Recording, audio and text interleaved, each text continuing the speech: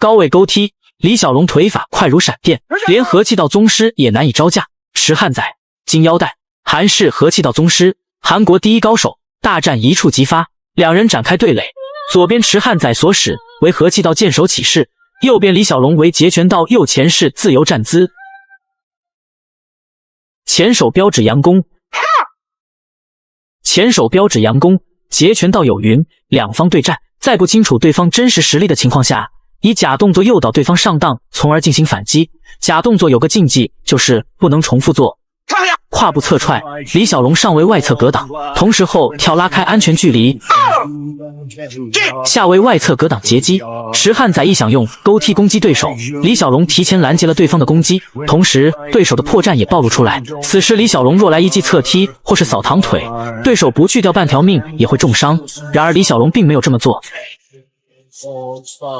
前手佯攻，池汉宰的防御依然没有向头部转移。下一招，李小龙必然会重击对手头部，直拳虚晃，勾拳爆头。注意看这幅图，李小龙的拳术非常快，摄像机拍出来都是残影。这么快的攻击速度，与其平时的训练方式密不可分的。勾踢爆杆，连续高位勾踢，再次把池汉宰逼退。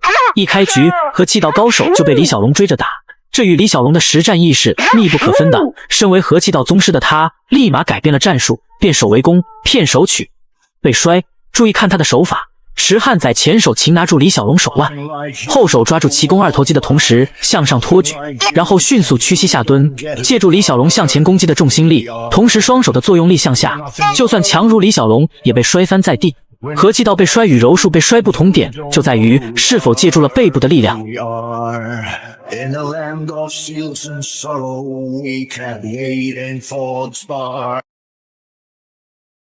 起身再战，再次被掀翻。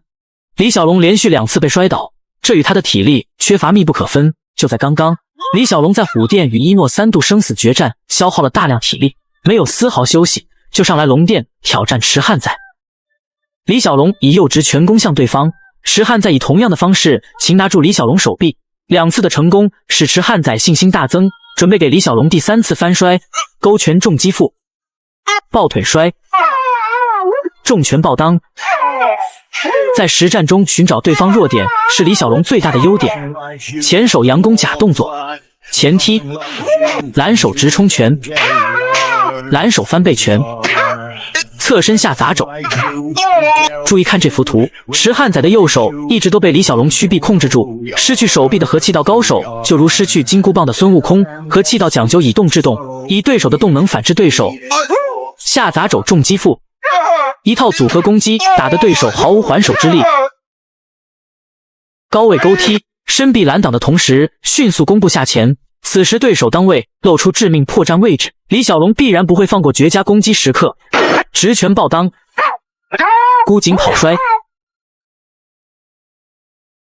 剑手突刺，拉手抓一抛摔，